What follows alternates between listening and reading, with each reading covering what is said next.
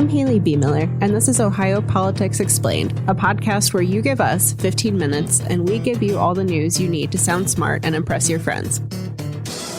Welcome to a special episode of Ohio Politics Explained, and hello from our fancy new podcast studio.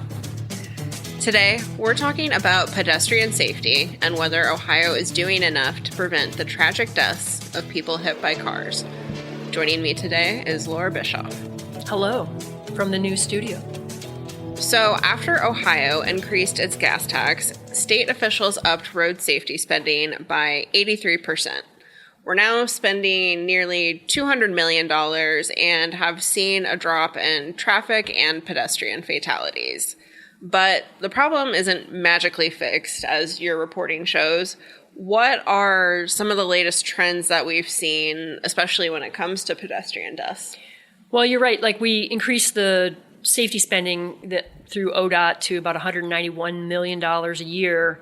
And the pedestrian deaths were at, looking back 5 years, they were at 172 statewide in 2021. And then it went down to 127 in 2024, like, yay, going in the right direction. But then they popped back up again to 146 in 2025. And we're on course this year to kind of match the 2025 numbers. So it's sort of a mixed bag. We've seen some progress, but then we've seen some backtracking as well. Overall, pedestrian deaths nationwide dropped by 7% in 2025 over 2024, according to some national data. So Ohio kind of went in the wrong direction last year. Why is that? Is there anything different happening here? No, I mean, again, like, we're spending money on safety projects for roadways, and then independent of the gas tax is only supposed to be spent on road projects, but a lot of those road projects have pedestrian safety things like new shared use paths or sidewalks kind of baked into them. And then separate and apart from that, there's other safety spending going into bike paths, shared use paths. And, you know, it's I think there's just so much work to be done because there's so many cities where there just aren't sidewalks. They never built the sidewalks when they built the roads. And I think, like, in Cincinnati and in Columbus, roughly half of the roadways don't have sidewalks. Oh, wow. Well, and you mentioned in your story, too, that, like, the cars are also getting bigger. I mean, so many people drive SUVs and trucks, and not to say it's not impactful to be hit by a sedan, but some of these cars are pretty big. Well, if you get hit by a sedan with a low bumper, you're more likely to get flipped up on the roof, on the windshield and on the roof, which, again, bad and can result in really bad, serious injuries. But if you're hit by an SUV or a pickup truck with a high bumper, you're more likely to get knocked down and then run over, and it's more likely to be fatal. What's interesting is that around the world, the amount of pedestrian deaths has gone down over the last couple decades, whereas in the United States it's gone up. And I think it's largely because of the design of the vehicles. Americans love big trucks and SUVs, and I think half of the fatalities are attributed to trucks and SUVs. Mm-hmm. And, you know, this isn't just an issue that the state is trying to tackle. You wrote about Vision Zero, which is a push by communities to improve roads, ensure people follow traffic laws. In some cases, this action, unfortunately, was fueled by tragedy. Shauna Rodriguez began working with Cincinnati officials after 2 cars hit her daughter, Gabriella, while she was trying to get to her school bus stop. What have places like Cincinnati and Columbus done to further this Vision Zero? So Vision Zero means, like, that we have the vision of 0 traffic fatalities in the future, either inside a car or outside a car. And you know, it's a very lofty goal, obviously. But what they want to do is there's enforcement, you know, making sure that people aren't speeding and distracted driving and the rest of it, and then education, trying to tell people, like, slow down, don't put your phone down, etc.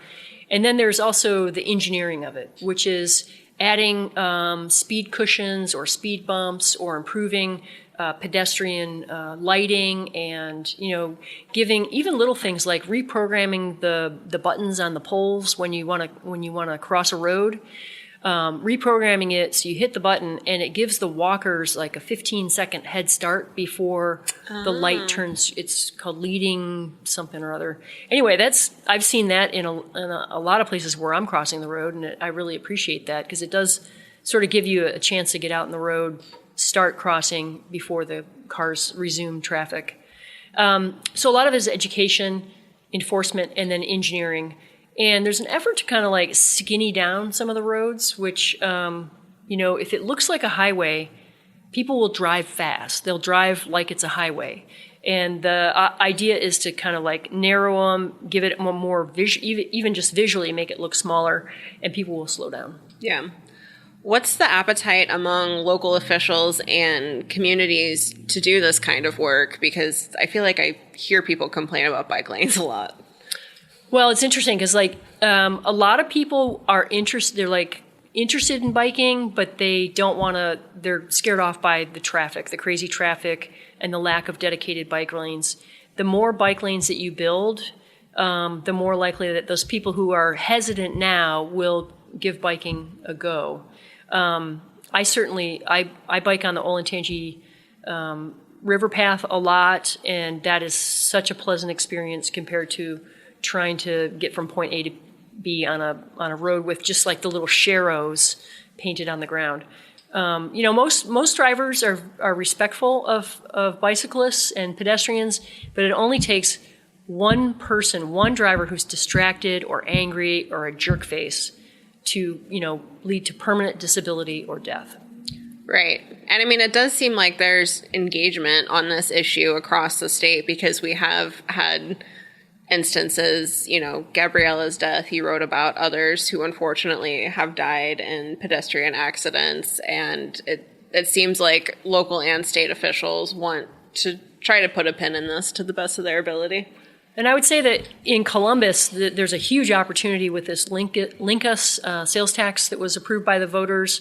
A good chunk of that is earmarked or supposed to be earmarked for pedestrian and bike safety projects. Yeah, for sure. So you talked to a lot of stakeholders for this story.